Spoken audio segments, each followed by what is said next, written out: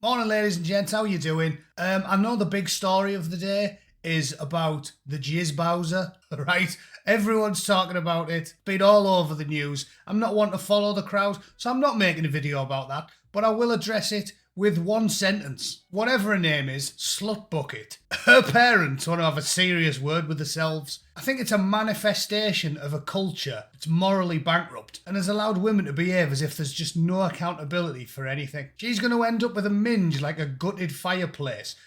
And she's going to leave a snail trail when she walks down the street. No aspect of that is good for her or anybody involved with it. So I don't really think it's worth making a video about, do you? Of course we're doing things like that. It's like we're living in Babylon for the last few years. The world's gone mad, so of course people are doing things like that. I don't feel it warrants my time or energy. So today I'm going to make a video about something at least interesting, where we can have differing opinions on it. And it's this smooth-brained post on X today. Now the alt-right is pushing the murder unarmed, I'm not allowed to say that one, on the subway, cause they're dangerous. Propaganda. Meanwhile, notice how not one person was harmed and everybody acted like he wasn't even there. It's also why we wear headphones. That's New York. And there's an accompanying video that I'll show you presently. Suffice it to say that that's one of the dumbest posts I've ever had the misfortune to read. We'll watch the video and I'll make some prescient comments. But I'll tell you one thing right off the bat. If you were on a train in my hometown, doing kung fu moves 3 inches away from young women's faces, within 3 seconds, you'd have so many fists flying at you, you'd think you were in a barroom brawl with Ganesh. Alright, this bloke would last 2 seconds, and then he'd get so many combinations he'd think he was a safe. It's actually unbelievable that someone watched this video and their hot take was to blame people that might be annoyed by it. We'll sit and enjoy it, read a few of the surely deranged posts in response to it, and then I'll tell you why I think not only should you get involved in these situations, I think you have a moral duty to stand up for people too weak to do it themselves. And if I fought this bloke, there'd only be 3 hits. Me hitting him hitting the deck, and the ambulance hitting 90.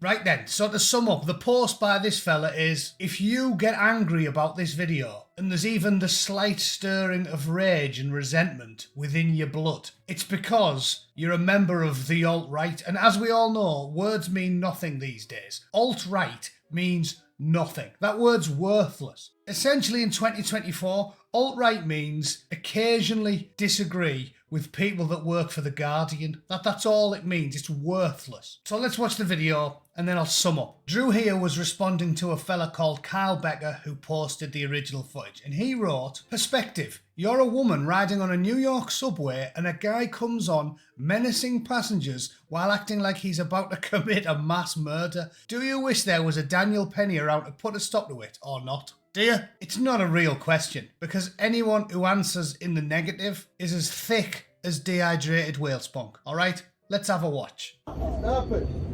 Stop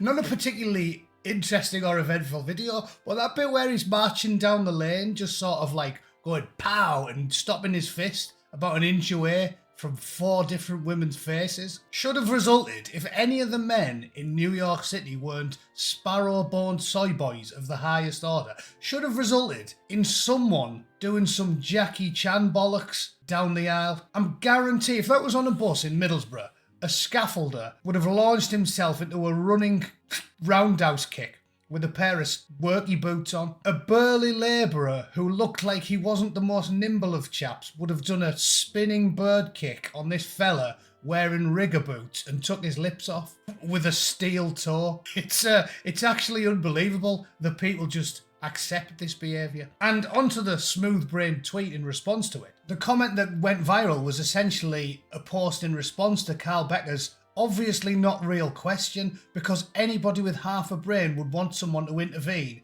if a bloke was throwing fisticuffs 2 inches away from women's faces. Drew Comment is claiming that anybody who gets even slightly alarmed by a mental tramp throwing hooks about on the train is a member of a radical right-wing racial superiority group. And just like Sad Sack can't, he said, that's New York. Essentially, it's part and parcel of living in the big city. Fact-checker Eric gave a good response. We cower in fear and keep our heads down so we're not assaulted. That's just the way it is. What's wrong with you people? And another smooth-brained response to it, look, it's going to take perseverance. Scary things happen in the suburbs. The people who get on this app to broadcast their city phobia are a strange bunch.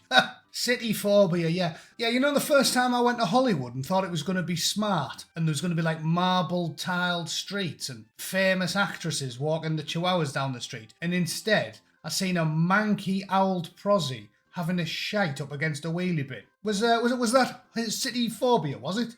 Not wanting to live in some sort of comically ludicrous dystopia. Is that city phobia? The point I'm getting at is, society seems to be so cowed at this point that losers, loads of men, just sit there and do nothing about this behaviour. And the reason men are scared to do anything is because left-wing activists have prosecuted the only people willing to do the right thing. That's why the men aren't intervening, because they've seen what happens to people that do. And as I've made the point many times before, it's anarcho-tyranny. There's a word for it. They've done it on purpose. The criminals act with impunity, and the men who have a stirring of heroism within the breast and feel like they should get involved are scared to because they've been cowed by the state. The only way to reverse this rot is to bin all of these activist judges and academics and promote heroism. There should be posters up on the undergrounds saying, not see something, say something. The posters should say, if you see a mental tramp dishing the beats out, put him on a drip. Put him on a drip. Punch his lungs out. If you see a fella accosting a young woman or a bunch of swarthy beardy weirdies hurling obscenities at a young lass, suck in a breath, draw yourself up and dish the beats out, boys. That should be the message. Common sense legislation has to return. If the general public think it's ludicrous that Daniel Penny ever ended up in a court, then it shouldn't happen, and the people that make it happen should be sacked. We've got to promote manly behaviour, heroism, bravery, and name and shame losers who stand there and do nothing, and the prosecutors that have contributed to the rot so real men are scared to do anything or say anything. That video was depressing. That the women just had to pretend it wasn't happening and the men had to ignore it. I would have folded that bloke up like a wet newspaper and hoid him onto the platform. But what do I know, eh? I was born in the 70s, so apparently I'm a dinosaur. You know, back in the day when women never used to get accosted on trains, and you never ever used to see anyone throwing punches or getting stabbed in the middle of rush hour. And I went through the entirety of the 1980s. I know this is going to sound mental. I went through the whole of the 80s, so that's 10 years, without once seeing a homeless man pulling himself off on public transport. And I know that's a strange thing to say, but I swear to God it's true. Didn't see a single cock through the entire decade. All right, so ask yourself a simple question. Do you think the 80s was worse than now? Because I didn't buy a single bell end for the entire decade, so I'm just saying. Maybe things have gone downhill a bit, all right? But that's just my opinion. Let me know what you think in the comments below. If you absolutely love seeing the vibrant hue of bell end purple on your morning commute, let me know in the comments, all right? I love to see it. And other than that, I'll see you all for a live stream at 7 PM UK tomorrow, all right? Thanks for watching. See you then. Toodle pip. Cheers.